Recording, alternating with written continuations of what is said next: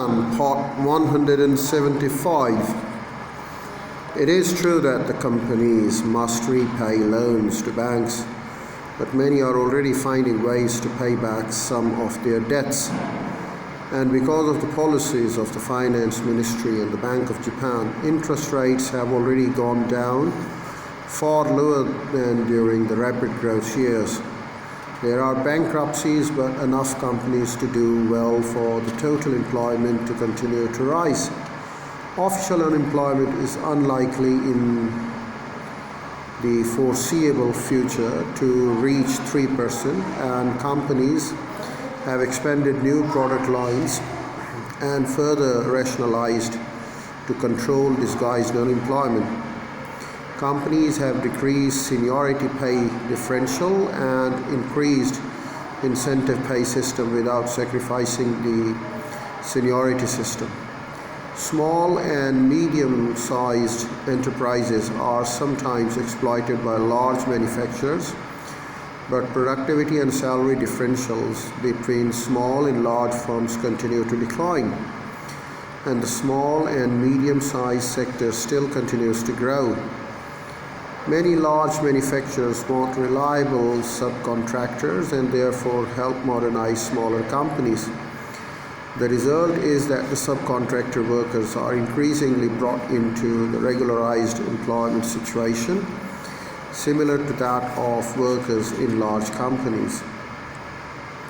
It is true that the service sector has grown relative to other sectors, but Japan is likely to turn this stage to its advantage as it has the stage of light industry, heavy industry, light industry, heavy industry, and high technology.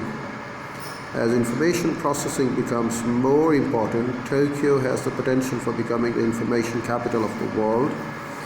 Its 6 largest trading companies are probably each superior to any foreign company in range of the economic and political information.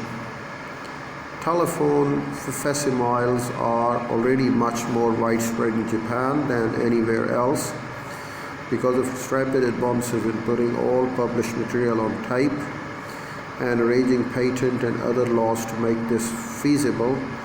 Japan is further along in having all library information integrated into a single system than any other country. Although part of its computer capacity still lags behind IBM, the national government commitment to making Japanese companies superior in a computer telecommunication system gives its distinctive advantage over countries where there is no such policy and where antitrust suits threaten to break up the strongest multinational companies of the American regions. Meanwhile, Japanese investment overseas will bring Japan new opportunities. The Tokyo-based economist Trade Redcliffe estimates that 1980 Japanese investment overseas will have tripled in 5 years and will continue to expand. Purchase of foreign firms with high technology is growing.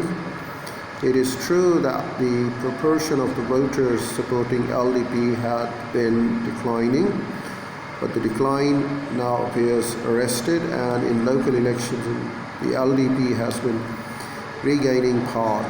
Every opposition party that has grown in recent years soon peaked for short of a serious challenge to LDP supremacy. Since coalition government came to be considered a possibility, bureaucrats have become increasingly cooperative with key position-like members in preparation for working together if a coalition government is necessary. So many moderate opposition leaders are prepared to cooperate with LDP that even with a coalition, the government is unlikely to be fundamentally changed. It is true that young workers have been less enthusiastic about subordinating themselves to the group, but the fears of the problem shortages after the oil shock and of the foreign protectionism after Europe and America complained in 1977 has greatly strengthened the discipline and has kept groups from different circles united. It is true that Japan would be in great trouble if national resources are cut off, but wise Japanese bureaucrats have managed to keep open many petroleum options between the Middle East, Indonesia, Russia, China, Australia, and many coal and atomic energy options.